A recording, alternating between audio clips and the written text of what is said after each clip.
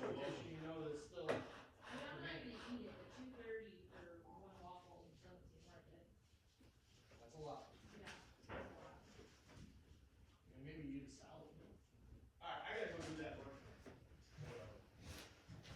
Have those conversations, Davo. Yeah. Important. Alright, Don't you guys worry, are good. the bell's gonna ring, guys. After school. Look at the classroom. Okay, bye-bye. Classroom's in here. If I could have you guys sign in on here. I thought we were doing this in the engine bay, man. I couldn't get that TV to work. All Are we being recorded right now? You are. Keep it clean, Darren.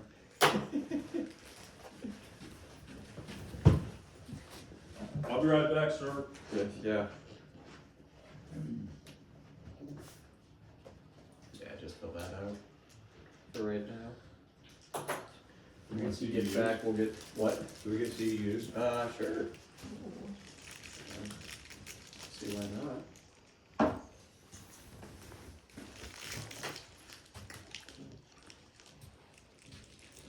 Throw this away real quick. Be it. Alright, so today we're learning some hose operation and hose streams, and then we're going to be doing the practicals assessment. So practical assessment, we're going to be deploying a flat load and a triple layer, and then we're also going to be operating a hose stream with the 1 firefighter method and the 2 firefighter method. Alright, so learning objective 1 is how to deploy fire hose. So we have some hose rollers. You can use them as edge protection. It helps prevent damage to the hose. It's anything with like a metal frame and 2 or more rollers secured with rope or a clamp. And it can also be helped to drain LDH quickly. We also use these edge protections for rope rescue things. Question? What is LDH, sir? It's large diameter hose. Thank you. You're welcome. So this is just a commercially available hose collection system. It can be used to quickly roll up large diameter hose. We also have hose bridges. So hose bridges can be used as a ramp if for some reason we need to have hose somewhere that cars have to go over. It can help prevent the hose from bursting. It can also be used to go over small chemical spills or something that you don't want the hose to get into. And it can also be used as a chafing block to help with vibrations. So a chafing block, it can be something that's commercially available. They're usually made out of like wood or rubber or something. It's pretty much just to help with the vibration and stop abrasion on the hose. It will help keep the hose will have a longer lifespan and not make it wear out so quickly. And it can be especially helpful in areas with high vibrations, like next to the truck or anywhere where there's high vibrations where it's rubbing against that hose jacket. So next we have hose straps, hose rope, and hose chain. All of this is just to help you deploy hose. It can help you keep control of the nozzle. It can help you drag like large diameter hose if you need to do that. Or as you can see here, they're using it to help with the ladder, helping it from falling back down. It's just more secure to handle hose, and it can affix the hose to ladders. So what type of tools are used to help deploy fire hose? Anything? We have like the chafing blocks, we have the hose ropes, anything like that. So then hardware that we use with hose, it's pretty much anything in the hose line. So we have gated Ys, we have Siamese. It's anything used to control the flow of water or create pathways of water. So like a Y is creating pathways, or a ball valve is used to control. So there's just a couple of different ones, like ball valves, we can stop it, gate valve stopping. It's just all sorts of different valves and hardware that we use with it. Here's even more. We have Y appliances, Siamese, water thieves, large diameter hose appliances. We'll get to more specifics about those in a couple of slides. So like Y appliances, they're used to divide lines, and then Siamese appliances, they can combine multiple lines into one. They're pretty much more or less the same thing, you just use them in opposite ways. Similar to the Y, we have a water thief, which it will have smaller outlets. So say you have a 3-inch coming in, it'll also have a 3-inch coming out, but it'll also have 2 smaller lines coming off of it that steal the water from the line. And then LDH appliances, it's similar to everything else, it's just larger, so a large diameter water thief. So fittings can be anything like adapters, reducers, elbows, or hose caps. So these are something that just you put on the hose. And then those 5 commonly used hose appliances, so that's things like the Siamese, the water thief, the Y valve, the ball valves. So now we're going to go into different types of lays from the fire. So the one that a lot of people are most common or familiar with is the forward lays. So they say that it's from the hydrant to the fire in general. So it's deployed from water source to the incident. The first coupling coming off the back needs to be female to be able to connect to the hydrant, or it can be a Storts connection, which is an omnidirectional one, which is most common on the LDH. That's what we have on our truck. So what this consists of is the driver's gonna stop at the hydrant. They're gonna let a firefighter off at the hydrant. They're gonna grab the supply line, they're gonna wrap the hydrant, and then the apparatus is going to go to the fire. Then the firefighter is going to make their connection at the hydrant, and then they're going to sit and wait for the engineer to tell them that they need water. That can be done through a couple of different things. It can be hand signals, it can be, if it's close enough, just yelling to them, but most commonly it's done whenever over the radio the engineer will call for water, and then they'll send them water. So here's just a couple of advantages. So main one is that the pumper can remain at the scene of the incident. So everything's close to the scene of the incident. So if you need more tools or anything, and then the pump operator can also see the fire operation better. So if they need more water or someone's grabbing another hose, they can make decisions accordingly to that.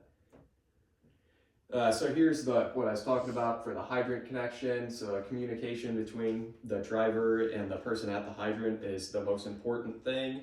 There's a lot of, obviously we have to follow our local SOPs with it about how we're signaling and everything and how you wrap the hydrant. But there's lots of distractions on the fire scene, like noise, or if they're going around a curve or something, so line of sight might not be applicable. So that's where the radios come in, and you have to be able to see and operate everything with that. All right, so the hydrant, so this is just a breakdown of everything that I said. So you're gonna remove the hose from the apparatus, you're gonna wrap it around the hydrant, you have to anchor the hose, which is most of the time what we do when we wrap it around the hydrant. And then you're going to signal the driver to proceed to the fire. And then once they get to the scene of the fire, they're gonna break down their connection, connect it to the truck. And while they're doing that, you're gonna be connecting it to the hydrant. And then you have to wait for them to call, and then you're gonna send them water. Another thing about that is there's a couple of trucks in our district that use hose, or that use a rope instead of wrapping the hydrant. So they have a rope around the large diameter hose that they throw over the hydrant, and it just takes one less step and it's a little bit quicker. So one other thing is a 4-way hydrant. It can be used for a second apparatus to help boost the line. We don't have any 4-way hydrants on our trucks here, but it's just something that helps seamlessly have the incident from like one pumper to another pumper. So here's another thing. So this is just illustrating the different steps. So you have the hydrant pressure to the fire, add the pumping apparatus into it, and then it changes from getting water from the hydrant to the hose, from water to the apparatus, out of the apparatus into to the scene of the fire. So the other type of hose lay is the reverse lay. So most of the time they describe this as from the fire to the water source. This isn't usually something that we do here. So this can be useful whenever if it's a large fire and you need to get a bunch of water quickly, they have to make that hydrant fast. So hose bed must be set up with the opposite from the forward lay. The hose, you have to have the male side come out first on this one. So reverse lay disadvantages, they have it broke down here because it can delay initial fire attack because everybody has to remove the tools. It's not as quick to get everything off of there. And then also another thing is the pump operator then has to be down at the hydrant, and they're farther away, and the apparatus is farther away, so they don't have all of their tools sitting there with them. So this is kind of the breakdown of what happens. So the first arriving pumper, they start initial fire attack with their pump water, and then this is pretty much like if someone's going to pump into you. So you're using your tank water, and then someone else comes up, drops their supply line at your truck, and then they drive to the hydrant and make that hydrant connection, and then they begin pumping into you.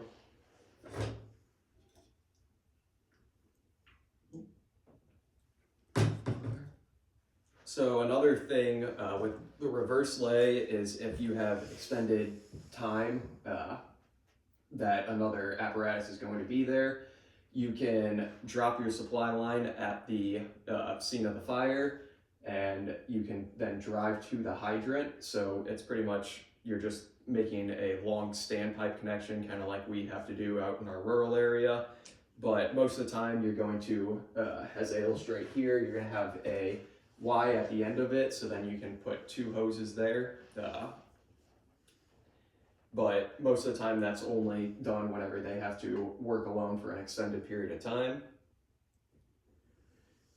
And then this is just asking what the difference between the forward lay and the reverse lay is. So the best way to break it down is either from water source to the fire, or from the fire to the water source. And then an example of something that would require a forward lay is pretty much any fire that we're usually on, and you have a little bit of time to work, so you can drop someone off there and then go to the scene of the fire. And then something for the reverse lay is like they just discussed, if it's a long working time, or if two pumpers are coming at the same time, then you can make a reverse lay, because one person will already be using their tank water, and then the second person can come in and make that reverse lay and get you a water supply. All right, so our second thing that we're going to be learning about is deploying pre-connected hose lines. So you can see here they're advancing on Minuteman hose loads. So here at O'Fallon we have the triple layer, which is one that they'll talk about later. But just a basis of hose sections, they might be pre-connected, like we have pre-connects on our truck, or that can be deployed out of either side of the truck. The most important thing to know about them is to know what hose load that you have, so that you can deploy it efficiently. You can also deploy single sections of the hose if for some reason you need to do that, by loading it onto the firefighter's shoulder. So here's are just a couple of different hose loads that they have explained, like the flat load, the accordion load, or the horseshoe load. So this is just mentioning burst hose lines. So burst hose lines, obviously, if it's burst, you're going to have a decrease or stop in pressure. The only way to fix that is to either repair the burst or just replace the line. So this is just talking about what two methods can be used to deploy pre-connected hose lines, and then what type of hose loads are commonly used in our jurisdiction. So that's, like I said, we have a flat load on the front of the truck, and then we have a triple layer on as our pre-connects. That's what we usually use. All right, and now we're going to go over the methods of advancing hose lines. So advancing over flat structures is super easy. There's nothing that you really have to worry about there. It's just literally walking forward and bringing the hose with you. What becomes a problem is whenever you have to go into stairways or up and down ladders or going deep into a building. Something that mentions here is it's obviously easier to advance an uncharged hose line, but it is unsafe, obviously for obvious reasons, to advance a hose line into a burning building that is uncharged. So before advancing into a structure, you have to be aware of the dangers. So that's kind of the reading the smoke and everything. If it looks like a backdraft is about to happen, or a flashover, or potential roof collapse or floor collapse or anything like that, you have to make sure that you are aware of that, because you don't want to be advancing a hose line into a building that is unsafe. So the basis of it is you're going to take the hose line off the truck and you're going to advance it uncharged into the point of entry. And then you're going to have to make sure that the hose line is lined up with the front of the door, so it makes it easier to advance in there. And then something you might have to take into account is that you might have to have a person sitting at the door to help you advance that hose line into the building. All right, and so this is going over about things to do just before you enter into a building. So you're going to check everything for kinks. So that's somebody's going to walk out the hose and make sure that it's deployed straight. And then you always want to check and make sure you have water and you don't have air in the hose line before you advance into the building. So a quick way to do that is just to open up the bail on the side of the building and make sure that A, you have water coming, B, you have all the air out of your hose, and then C, that that you have the desired pattern if you have a fog nozzle. And then you can also check and make sure that you have adequate pressure before you go in, and you can either tell the engineer to give you some more pressure or to lower your pressure.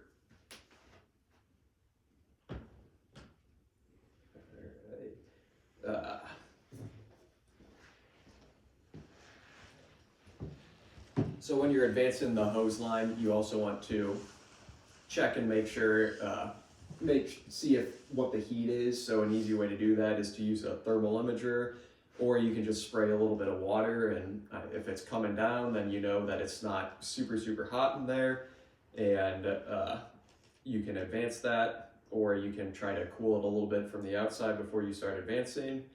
Another thing to take into account is to keep your flow paths. So whenever you open the door, you want to make sure that you close it again so that you're not creating a new flow path for that fire whenever you open that.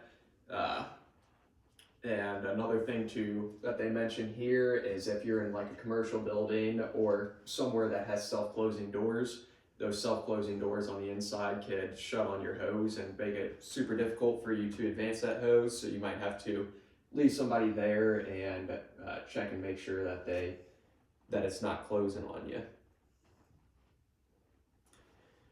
All right, it mentions here that it's a good safety practice to always assume that there's heat behind the door. So that's just trying to reiterate that you don't just want to go opening up a bunch of doors without checking and making sure. So taking that tick and looking at it, or just reading the smoke and seeing and trying to figure out if there's any smoke behind those doors. So this is talking about advancing a hose up a stairway. So it's best to try to keep the hose or the stairs as clear as possible. So we're going to bring the hose up, and while we're deploying it, we're going to be pushing it against the outside of the stairwell. So that's going to do two things. It's going to help with kinks in the hose, and it's also going to help with an egress out of the building if need be, and keeping that hose off the stairways. With the stairwells, you're also going to have to take into account that it's a fairly steep area and there's a lot of steep corners, so that's an easy place for there to be kinks to come up. And then it's best, they mention here, to put a firefighter at every turn, so that helps with advancing the hose line so they can help bring hose up to you if need be. The Minuteman load is the best use for a hotel pack.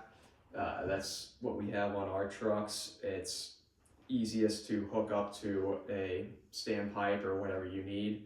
And then another thing to mention is when you're deploying the hose, it's best to you deploy it at the floor below, bring it up, and then also bring hose up to the next stairwell so that the gravity can help push that hose down into you. It makes it easier to advance. All right, so advancing down a stairwell, it's obviously easier than going up a stairwell because you got gravity helping you, but it can also be super dangerous because you don't know what's down there and if that's the only egress point. So out here, we don't have many high-rise buildings, but we do have a lot of buildings with basements. So that stairwell is going to be the only place that fire's getting out, and it's going to pretty much turn it into a giant chimney. So it's going to be super, super hot right there. And so it's best to only advance down a stairway if possible whenever there's minor fire or no fire. So while advancing an uncharged line is easier, an uncharged line offers no protection if the conditions get worsened. So obviously it's best to advance a charged hose line, which is pretty much standard practice unless you're going up a stairwell or something and you're connected to a standpipe. But most of the time we're always going to be advancing charged hose lines if we're in an ideal H environment. So advancing down a stairway, excess hose should be stretched outside. Everybody needs to be positioned on the stairs to help feed the nozzle team.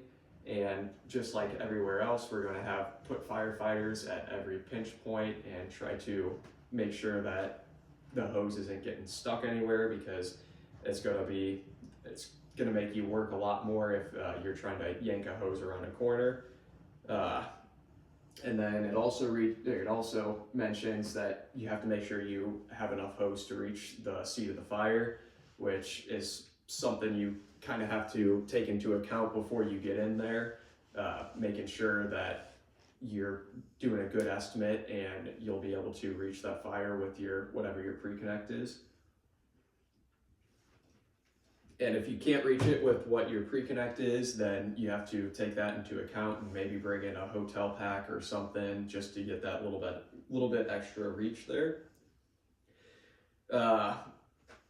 So for fires that are outside our pre-connects, we have standpipes. So standpipes, most of the time you're going to see in commercial buildings that are however many stories tall, if it's over 3 stories tall, they're required to have you have to have a standpipe in there. There's also a couple of department stores around here that we have that have standpipes, like Home Depot and Lowe's. Those are just a little bit too big for us to get our pre-connects in, so we have the standpipes in there to help with that. How they're constructed, so that we have to use high-rise packs for those, and how you construct those are really up to personal preference. Everybody has a little bit different way of making them. So what you have to do to deploy a high-rise pack, it's similar to what we were talking about with advancing a hose line up the stairs. So you're going to start at 1 floor below, and obviously if it's a high-rise pack, you have to advance that hose line dry, but you're going to advance it up the stairs. You're going to go up one level from where the seat of the fire is, and then you're going to come back down just to have that gravity help assist you pushing that hose into whatever that or wherever it is, and then you're going to charge it, and it's very similar to as just a regular structure fire. You're going to make sure that you have the correct pattern on your nozzle. You're going to make sure there's no kinks or anything, and you're also going to be making sure that it's laid up against the outside of the wall to give you an egress point and also help prevent kinks and everything. All right, so some things to keep in mind is you have to be alert for pressure relief devices on that, so you might only be able to get a certain amount of pressure from that standpipe before that pops off, and you can't get any more pressure out of that. So you can also put a gated Y on them, so you'll be able to have 2 hoses off of that standpipe operations instead of just one. And then while the connection is made, extra hose should be deployed up the stairs. So that's just an operations thing, is while one person is messing with the connection and trying to get that made, the other people can be stretching that hose line up. It just takes a little bit less time. All right, so this is just a diagram of that, so you can see they went to the floor below and they deployed their hose, and then they went up to the fire floor, and then they went up another level and had that gravity to assist them push down. You can also see that they have a gated Y there, so they've got two teams operating on that one standpipe, so they have double the power there. And then one other thing to keep in mind is when the fire is extinguished, you're going to want to try to prevent more damage. So if possible, you're going to drain your hose outside, so like out through a window or out through a drainage pipe or something like that. You don't really want to just be dropping all that water on that inside of the stairwell or wherever, just to prevent water damage. So one other thing is you can improvise a standpipe. So it's pretty much you're just going to be bringing your hose up, and it's going to be pumped from the truck and just not using a commercially available standpipe. The best way to do it is to bring up all of the hose up the stairs or wherever, and then dropping it down to the pumper. That can obviously be hard to do because you're going to be bringing up a bunch of hose, and it's going to be very time consuming. That's probably the worst part about the improvised standpipe, is that it's going to take a lot of time to get it going, and that's obviously, as that's all going on, there's fire's going to be growing. So buildings 3 stories or less will not have a standpipe, so those are more than likely where you're going to have to improvise a standpipe. We also have to improvise standpipes sometimes out here where we have buildings that are way offset from the road and we don't have access. So what we usually have to set up a horizontal standpipe and bring the water up to the scene from that. And then you could also have a larger building that has a standpipe system, but that standpipe system might not be operational because they might be doing construction, there might be demolition going on in that building, or people could be tampering with the standpipe. A lot of the times there's a bunch of stuff that could be inside of that standpipe, or just like something like a natural disaster could have taken out that standpipe.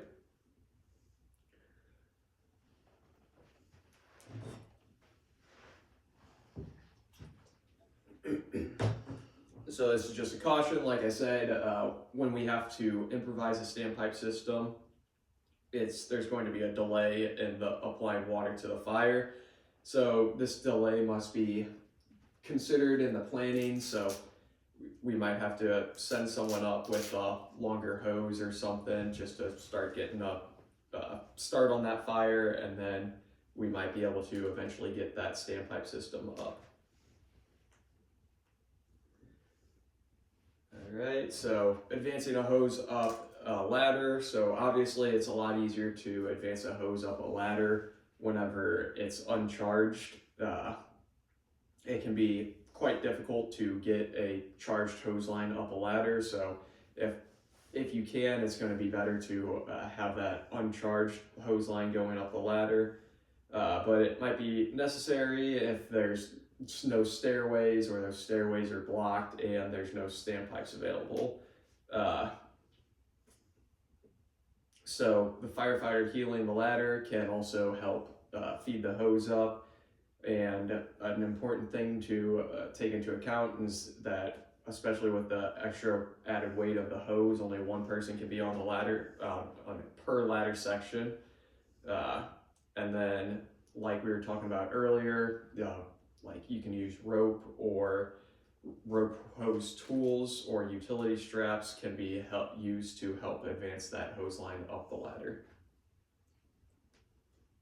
And then this is warning that you have to know what your ladders are rated for, so you don't want to put too much weight on that ladder, so you can't do any more than the rated weight capacity of that ladder. So this is asking what are the differences between advancing uncharged and charged hose lines. So just to reiterate, pretty much the only difference between the uncharged and the charged hose line is like what the situation is. So if there's any sort of problems that could be going on, you're not going to be advancing a charged hose line or an uncharged hose line, I'm sorry.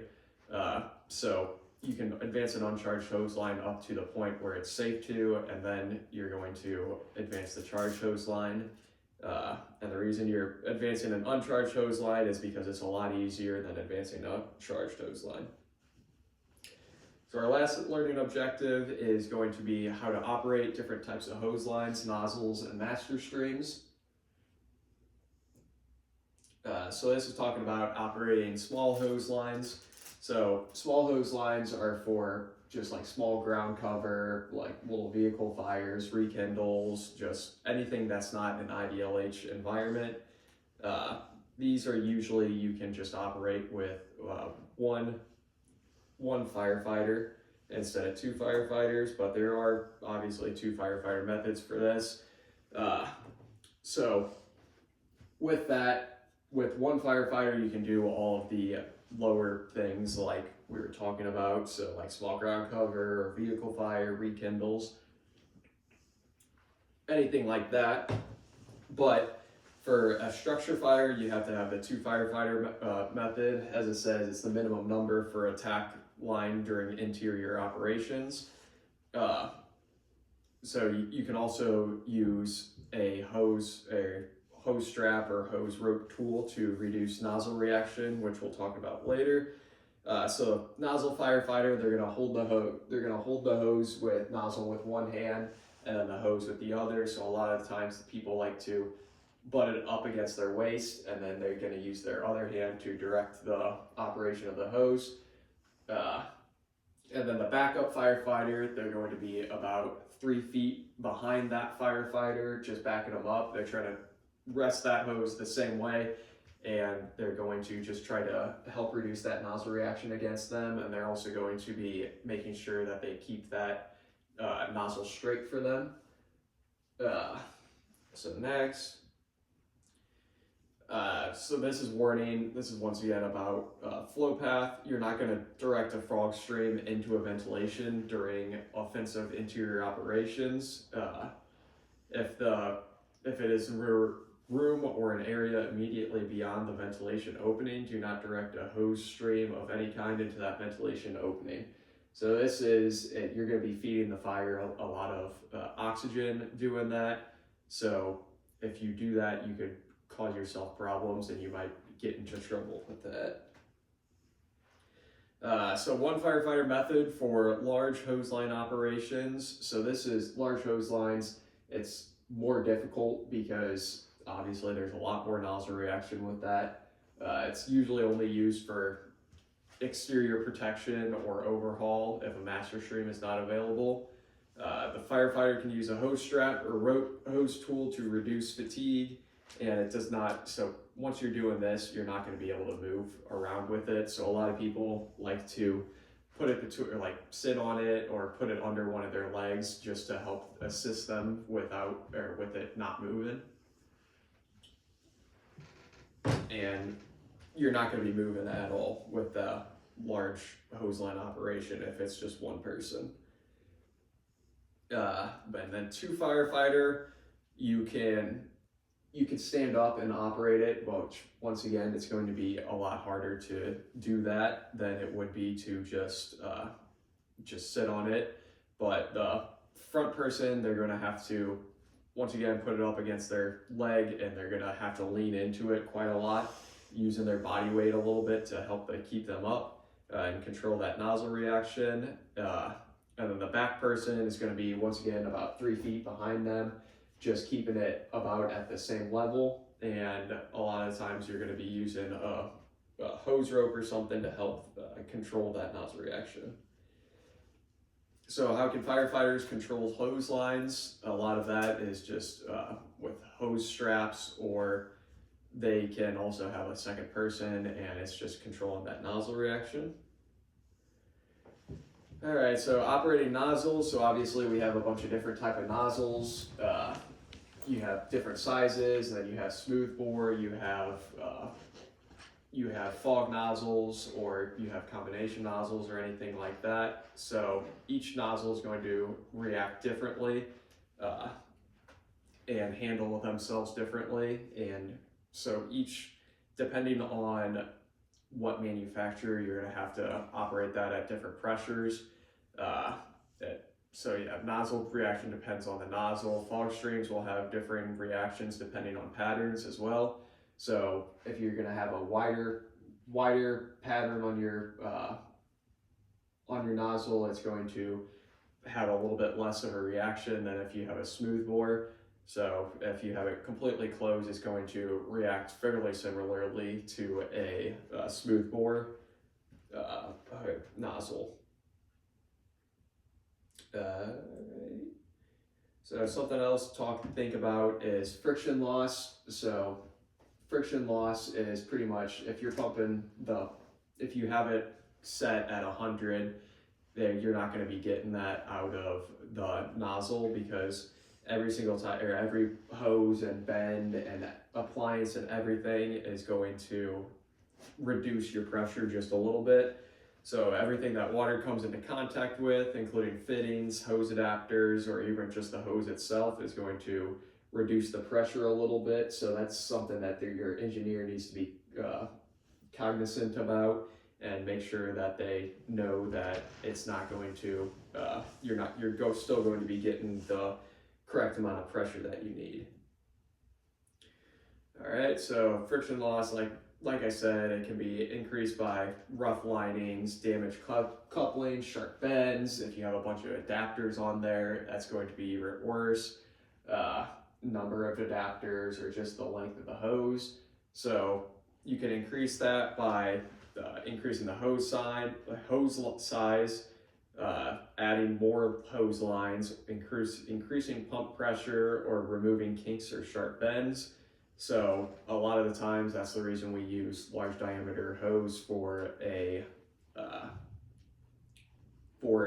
our supply line, because it's going to have having a lot less friction loss than if we were to use a smaller line.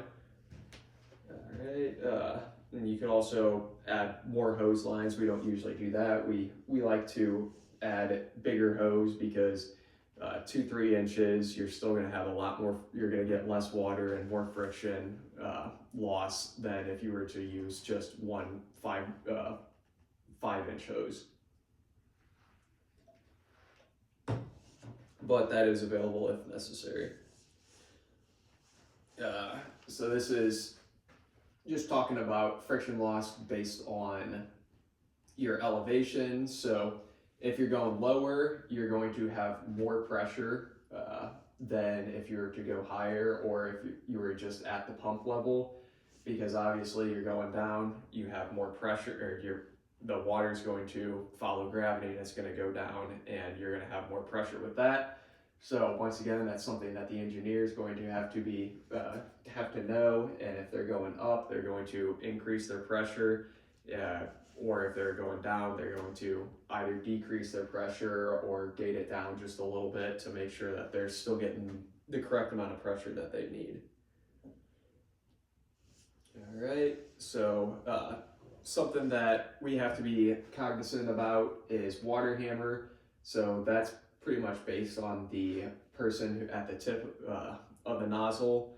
So it happens whenever you close the valve suddenly. So it's pretty much what happens is it's just a sudden jolt, and it can cause problems on pretty much, like it shows here, it causes problems on pretty much everything. So couplings, where it's connected to the truck, the pump, and everything, it can cause problems. But luckily now, newer pumps have a bunch of technology in them that they're going to help reduce that water hammer, and it's not as big of a problem as it used to be, but you still need to be a little bit cognizant about opening that valve and shutting it real hard really quickly. So review questions, we got a couple here. How can firefighters operating hose line combat nozzle reaction? So once again, we talked about that. We can use the 2 firefighter method. We can use hose ropes or something like that, and that can help negate the nozzle reaction there, or even just changing the pattern on your fog nozzle can also help that. And then what causes friction loss? So that's pretty much anything that the water comes into contact with, if that's the hose, if that's an adapter, or even just coming through the bends and curves in the pump can also cause friction loss. And then what should firefighters do to avoid water hammer? The one big thing there is to avoid closing the valve super suddenly, and that's pretty much the only thing we can do to avoid causing water hammer.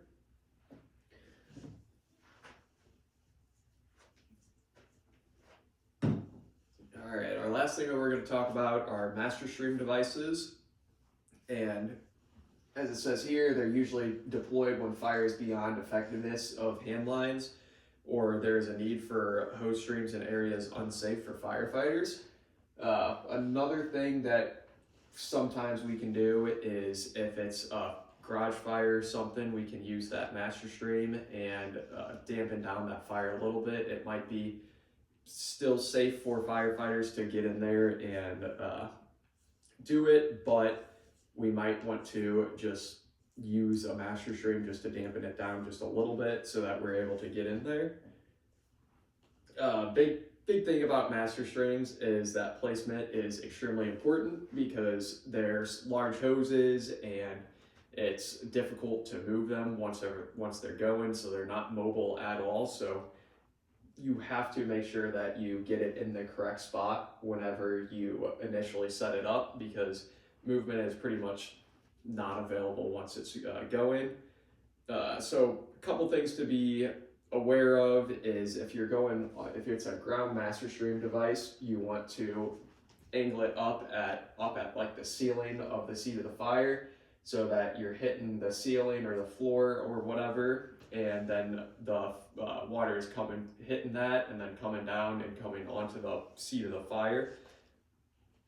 This does a couple of things. It doesn't penetrate as well, but it makes a lot more water droplets, and it's easier. It makes for a lot more steam conversion, and helps put the fire out a little bit quicker. And then another thing to know about master streams is, most of the time they're a little bit maneuverable side to side. So as you can see on this picture, you can hit the fire on that entire floor, and then a lot of the times you can also move it up and down just a little bit. So the main point of it is you want to be able to hit the entirety of the fire from your initial placement of the master stream.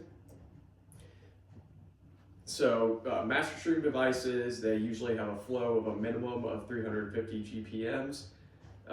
So pretty much the important thing is, or thing to think about this is it's always big hose lines and they can flow a lot of water very quickly. But a problem with that is obviously they're flowing a bunch of water, so you have to have a water supply and make sure that you're not just going off your tank water and that you have enough water to actually operate the master stream. And then also, if you use the master stream and then you are going back in there for firefighter operations, you have to be aware that there's a lot of water that was just put on that, so that can cause some structural integrity problems because all of that water has to go somewhere. So it could be just sitting on that floor in there, adding a bunch of weight to that floor, and you have to be aware of that and either try to mitigate it by pushing that water out, or just have to be aware of that and know that you're still safe going in there even with all of that water that's been added to it. So yeah, like I just mentioned, large amounts of water accumulate inside there. Deployment is usually something that's fairly hard to do, so you have to have more than one firefighter doing it, as it says minimum of 2 firefighters. And you also want to have somebody watching that device the entire time, and make sure that nobody gets in front of it or anything, because it's very hazardous. And then if it is too dangerous and you can't put somebody on that line, then you have to make sure that it's anchored correctly, so that if the pressure gets too high on it and it comes loose, that it's not going everywhere, and you have a way to keep it in the spot that you wanted it to be in originally. All right. Yeah, as we mentioned, added water weight for master stream operations increases the potential for structural collapse.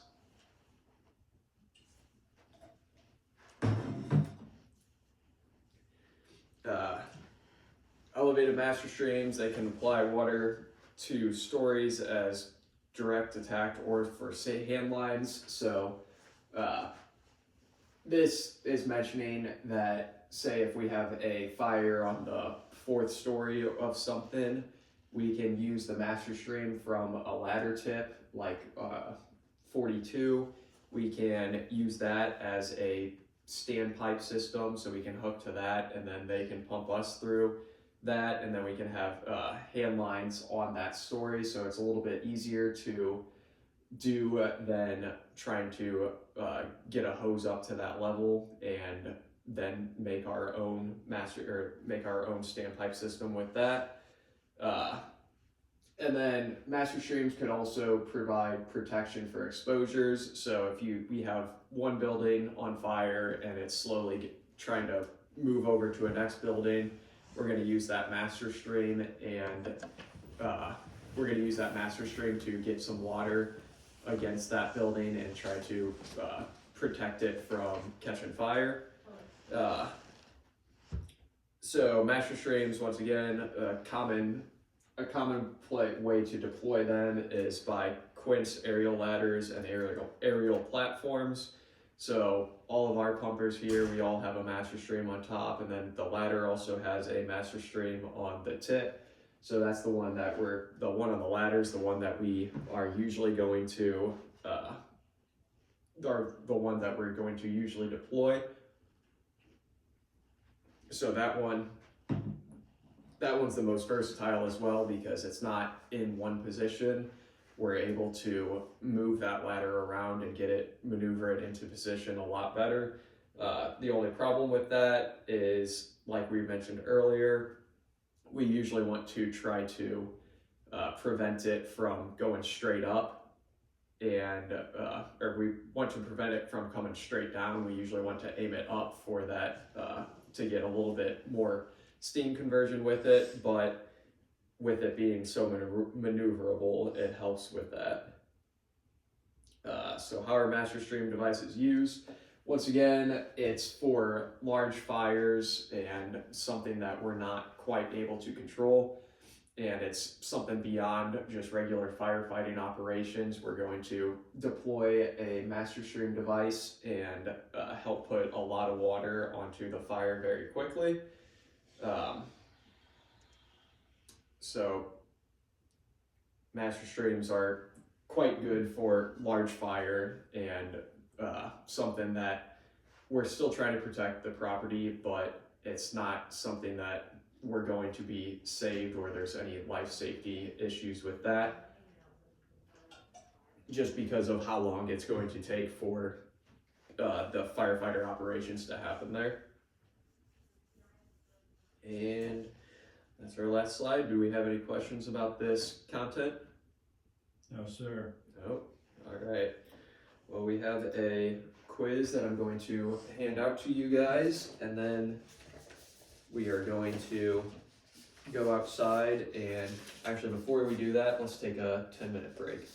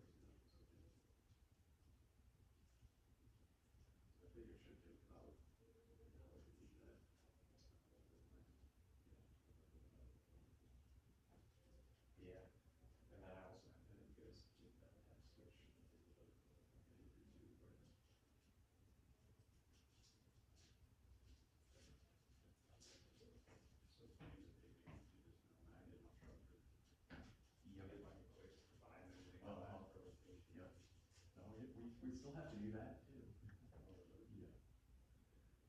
Yep. Wrong guy. His opening slide on there for me, it was the slide that about the instructor, and he just talked about himself like the whole time. Like a complete joke, you know. Somebody did theirs on how to time your shoe, and so I did a presentation on that. Yeah. Everybody just about CPR instructor certified, 10 minutes on it. You gotta get that class.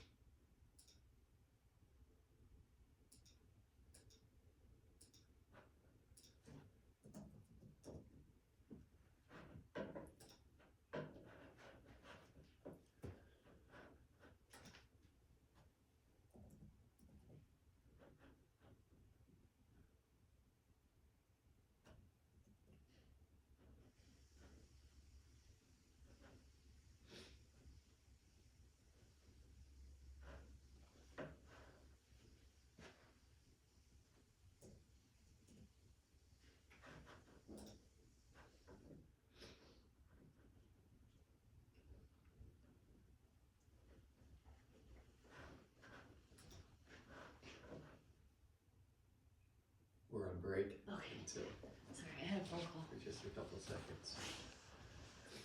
And then we're going to take our test.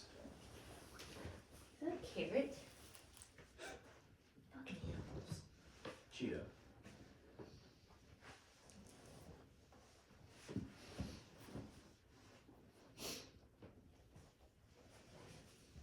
Are you still recording? Yeah. It's gonna be an unbroken the entire time.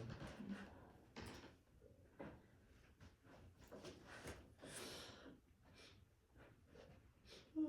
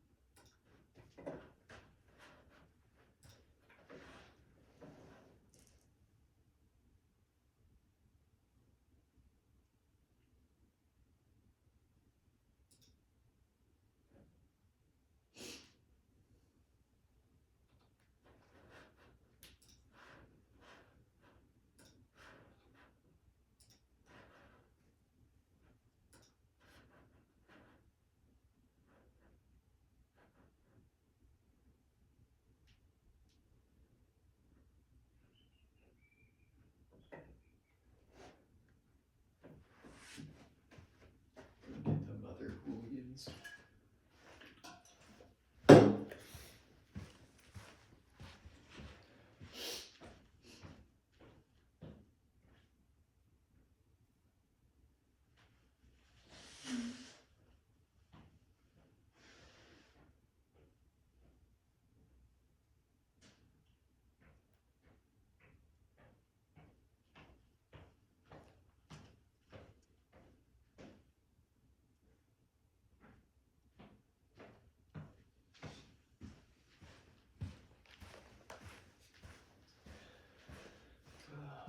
Alright, everybody, I'm going to pass out your test now, and please keep quiet while we're doing this, and we're going to just put your name and today's date, and then for directions, you're just going to write the correct letter on the blank space before each question, and I'll pass those out to you guys now. Thank you. Yep.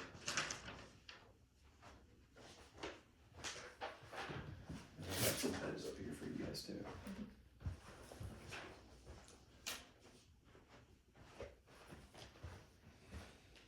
And once we're done with this, we're going to go outside and do our practical evolution.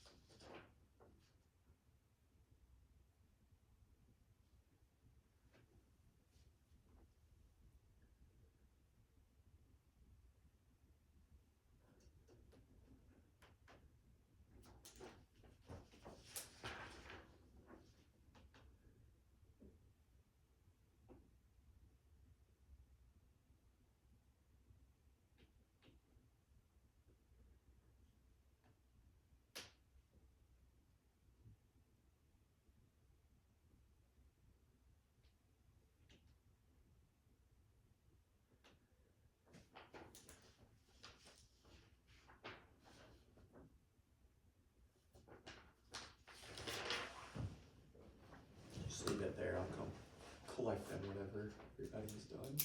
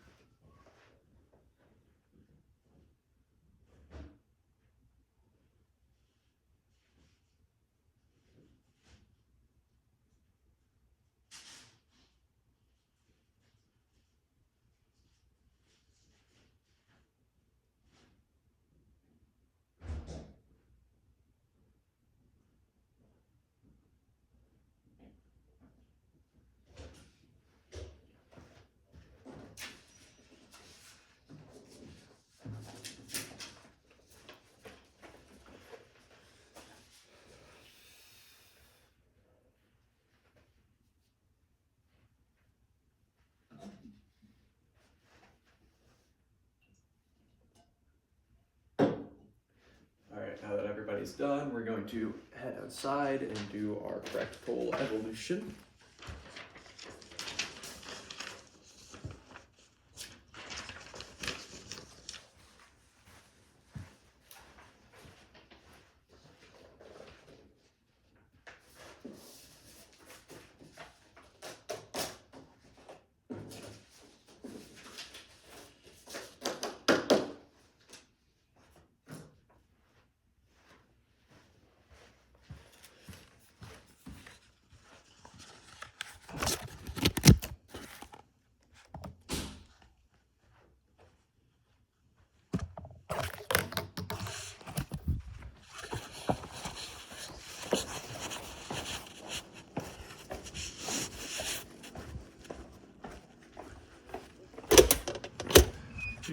Allie, if I could have you pull the truck around to like the hydrant area. Yeah. Did I pass? Yes, you did pass. All right, if I could have everybody meet me over there with the truck. Yeah. Yes, we have to be full PPE for it. No, not SCBA. Nope. Do what?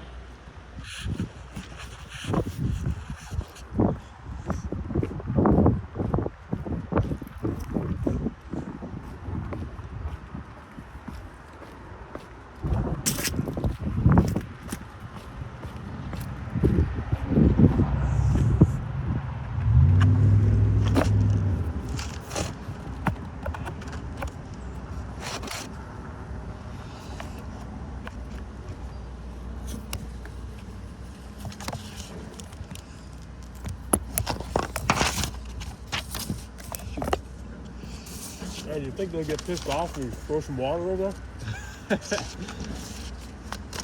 So we probably should not do that.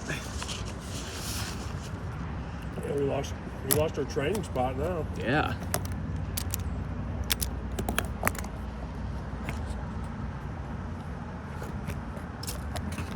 So now I go back to the dumpster. So it's 14 days for 270 and a 30-yard dumpster. And I called them, and they're like, no, you're not in Winston. I'm like, it's 2 miles. And he's like, well, it's $441. That's wild. Well, that's what I'm calling City Hall. I'm 9 more yards. That's right.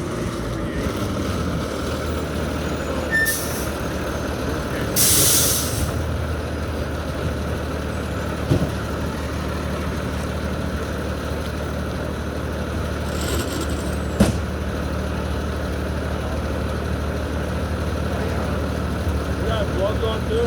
Yeah. We're gonna need full PPE, helmet, and gloves. And I'm gonna go get something for project. Who's that instructor?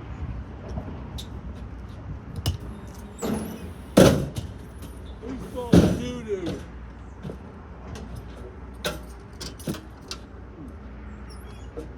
Wash your shit.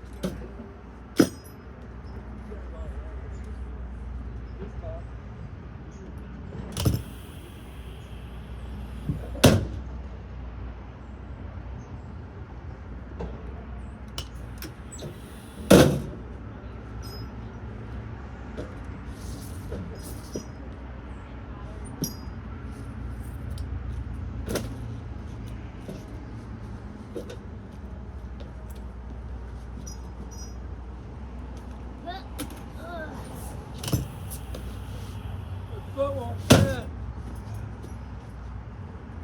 I can't tell my pants on. Who was it that they used to joke about, he'd have to go out and help put his pants on? Was it Paul? Paul Oh King? no, it was his coat. I think it was Boris. And they had to help him with his coat on. Somebody always had to turn the bottle on for him. He was too big. Oh man.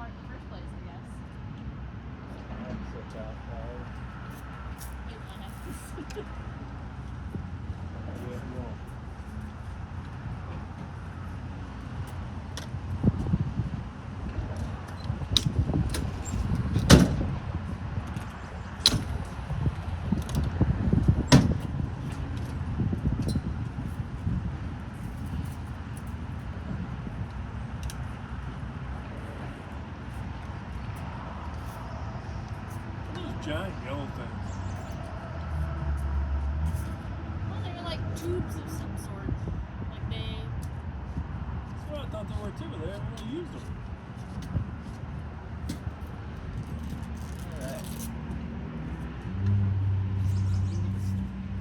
Maybe they go over the pipe once they put it in. So the dirt that they mound up doesn't crush it. They all want ice cream.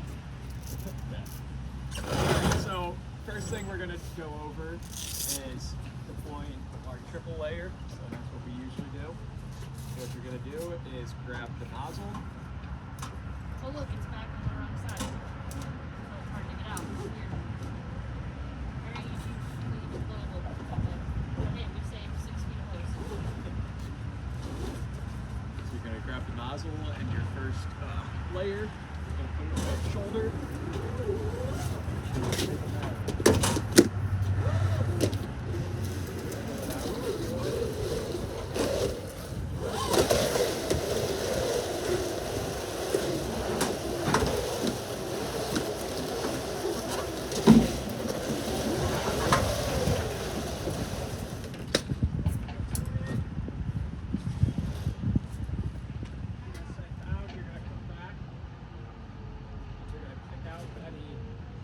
That you see in the hose. Yep. You're gonna kick out any kinks straight after this. So that's how you deploy the triple layer.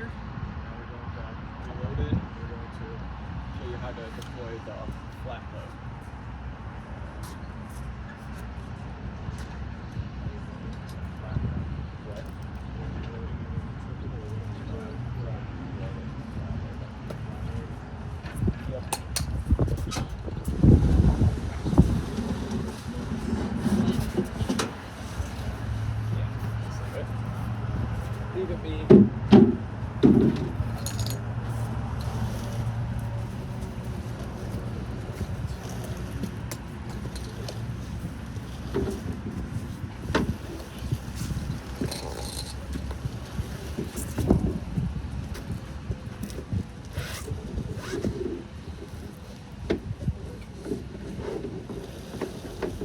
Go all the way up one side.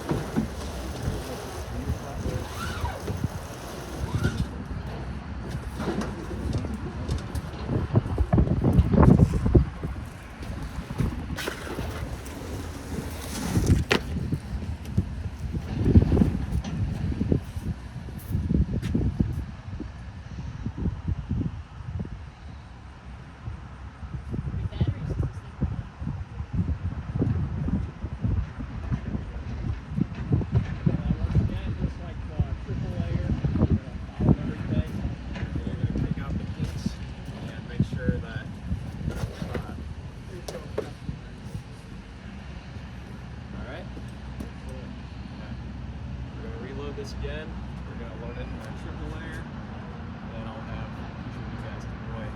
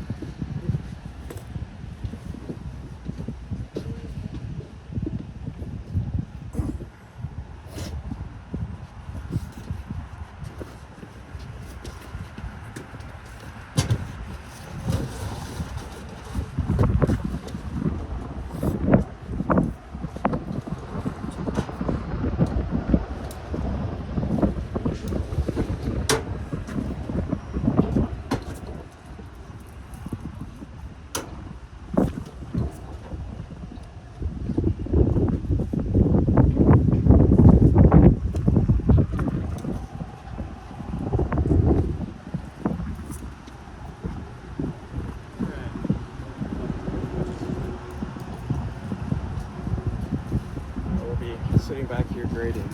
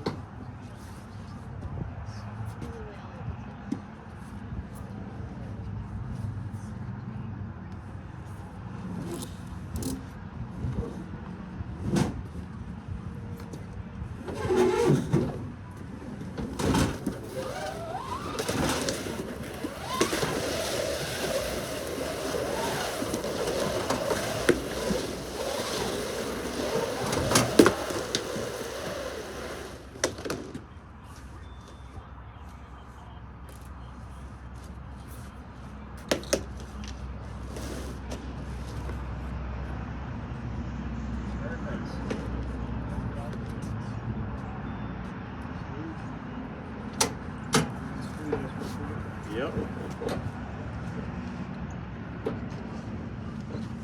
Alright, I unscrewed it.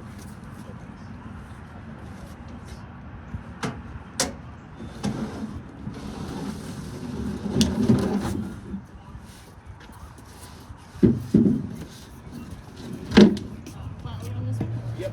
We're gonna have everybody do the flat load. You want me to show you how we did our flat load? Okay. So just leave that how you normally would. Like with your, with that up to connect. Okay, so. As you go across, lay the quarters go across over you. That. Towards that side? Pinch that extension piece up to the side and go all the way past it to the right. Okay. There you go. Okay? Okay. Actually, give me a little bit. Take a look. Go out all the way to the end.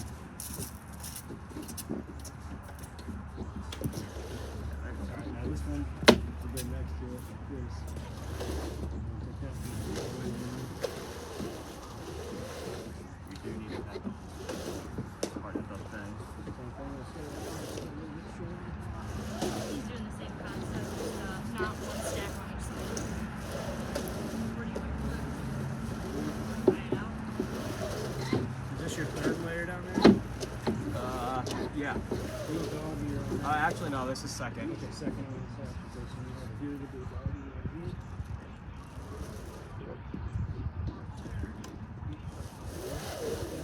Do a dog ear on that end on this side. Stay on your same side. You want Okay. There you go. Same thing on your end. You have a dog ear on either side, so you pull it up. Alright.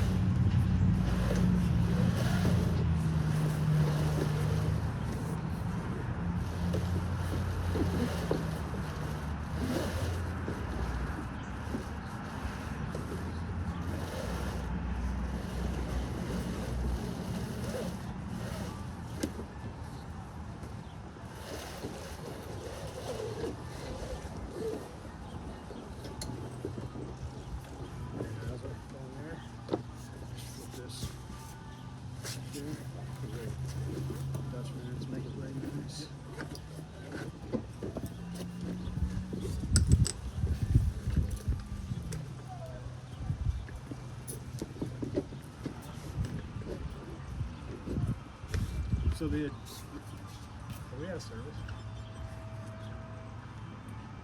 Yeah, home field.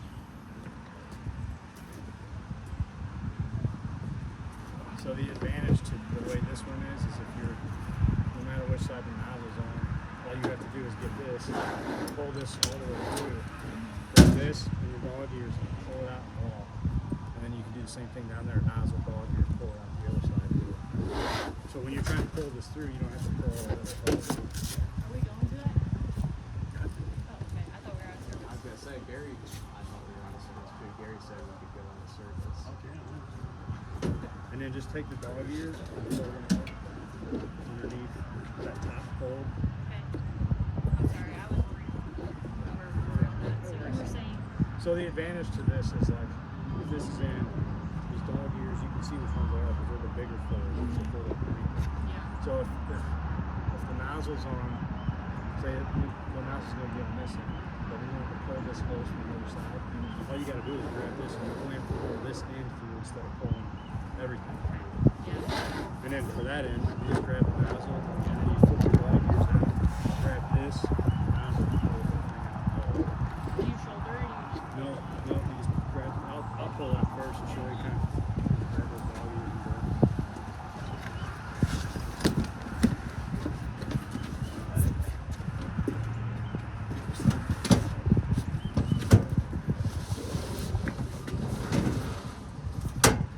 These,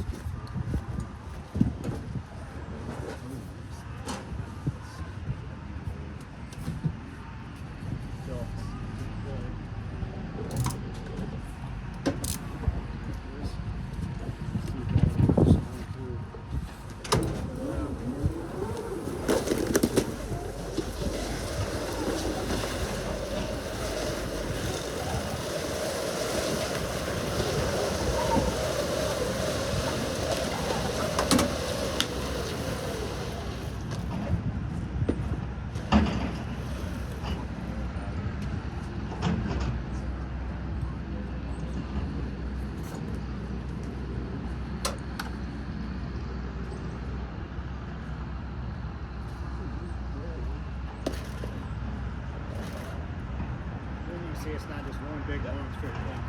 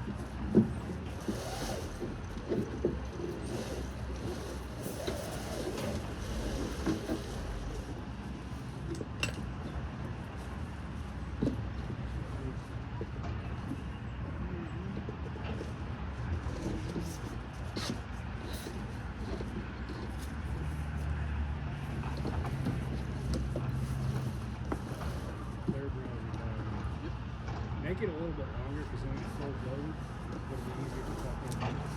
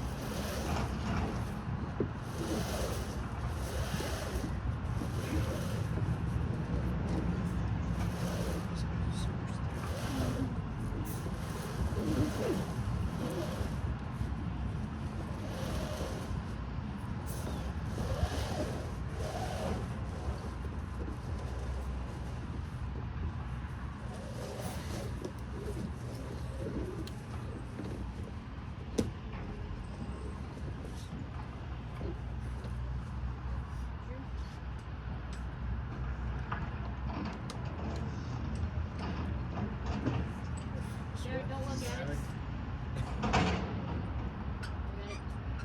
Where are your eyes? Yeah, if these are long enough, you can tuck them in here and stay with it. This one's just- And then from the other side, you can see the biggest fold. You just flip those out, grab it, and pull it.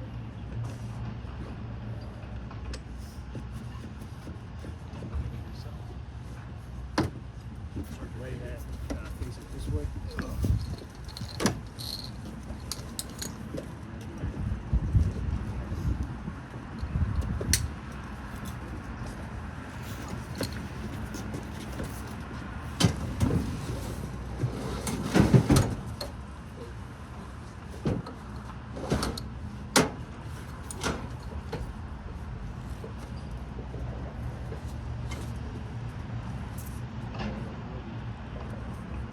Oh, you going more on this side?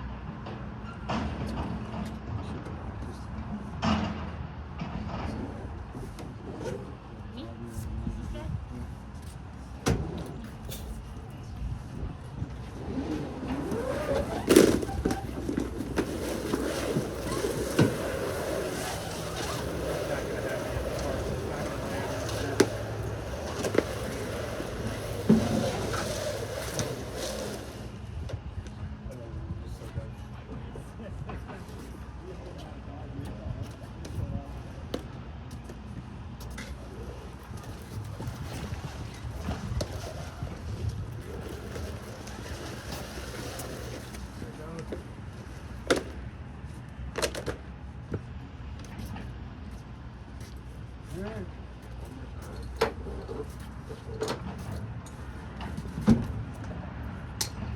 You already tasted pumpkin pie coffee.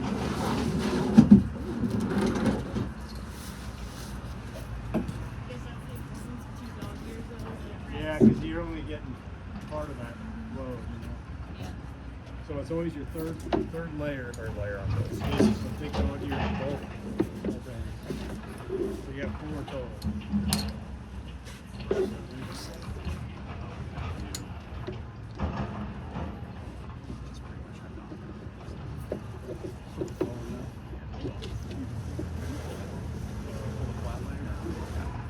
You need to pull the flat layer and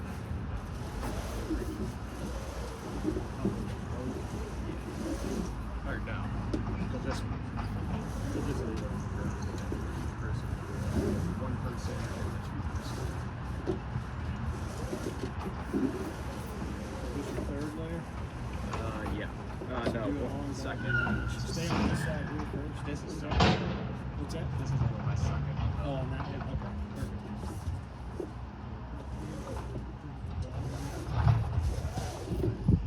So dog ear on that end now.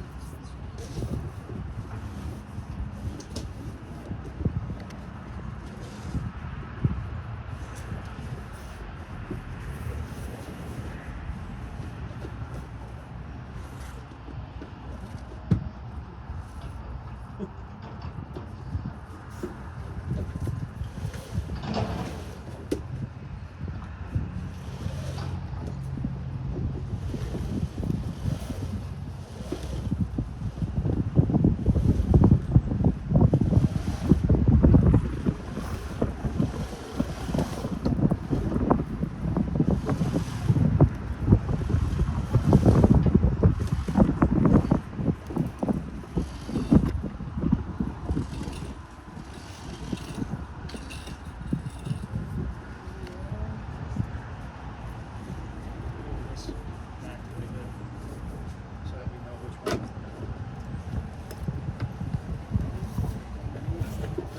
Tuck your dog ears under like the. So you can see which one is the biggest.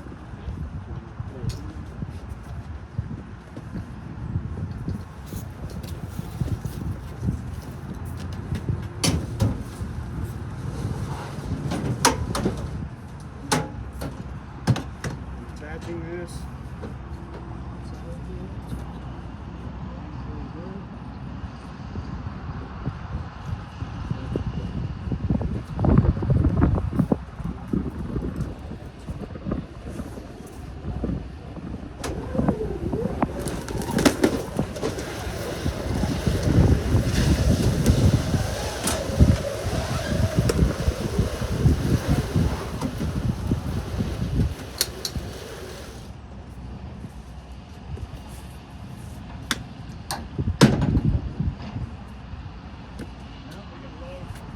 What? We're gonna load first. No.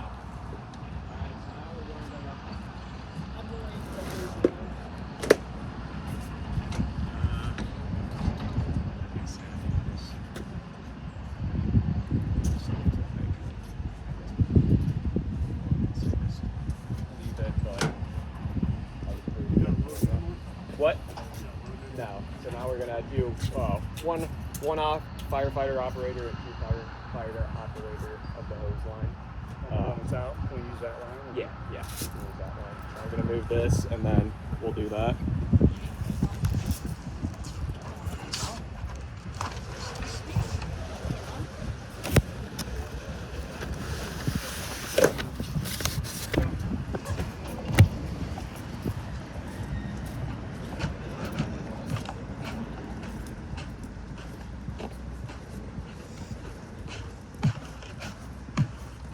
I think we're down to 1 and a 2. Yeah, 1 and 2. You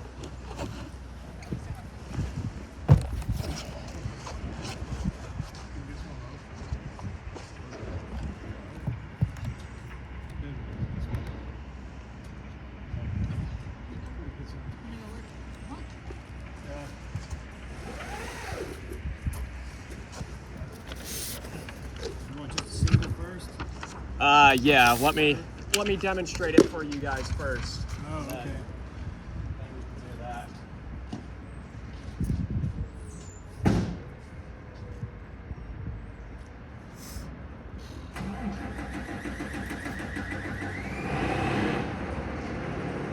Guess that didn't get fixed yet either.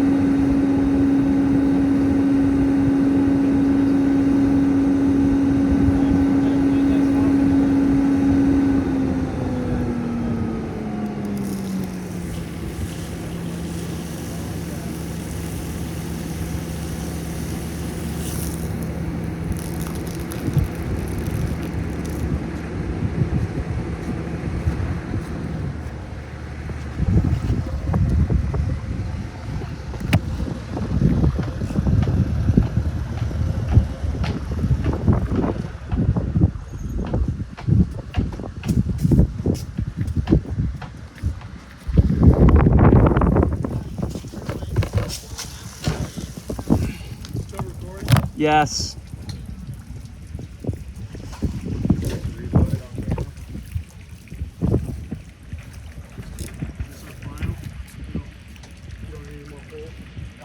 We're just gonna clean up and then I'll have you guys fill out the feedback for me.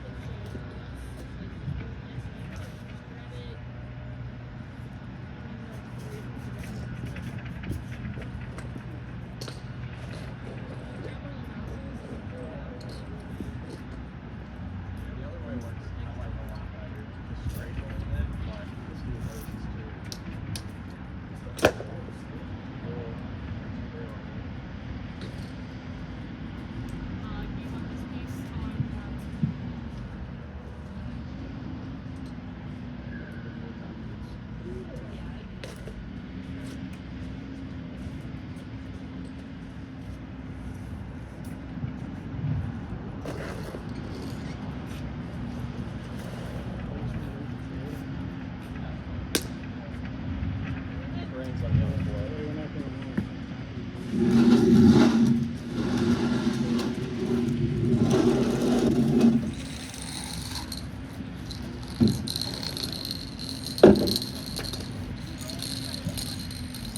Yeah, it's like, it's like Apple Rhubarb. That is sick. Where's that? The second one from the track. Third one.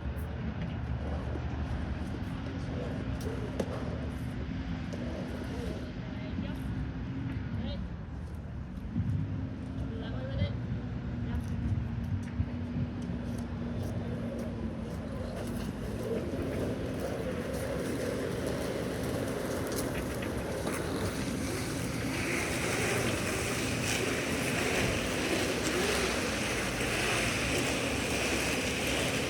Mary, grab that cup plate.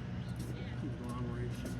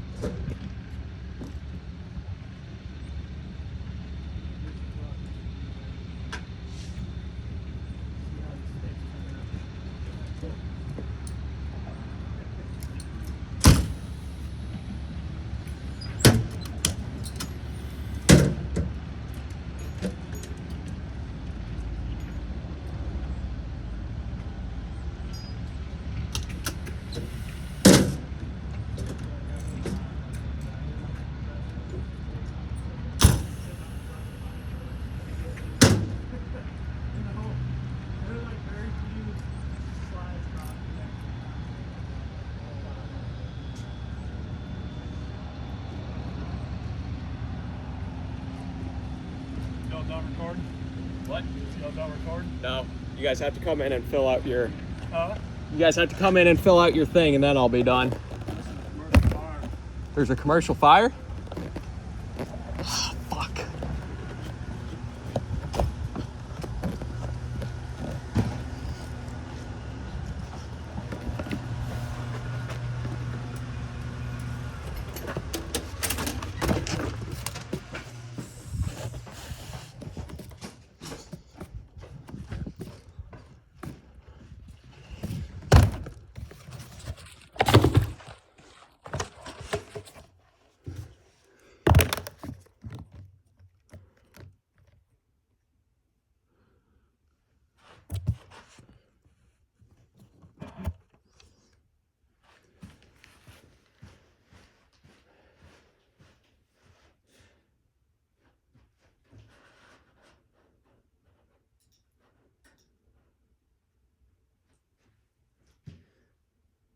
All right, now that you guys have filled out your review forms, is there any questions?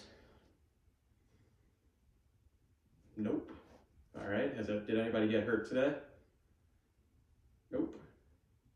All right, well, thank you for sitting through my my presentation about hose loads. Thank you.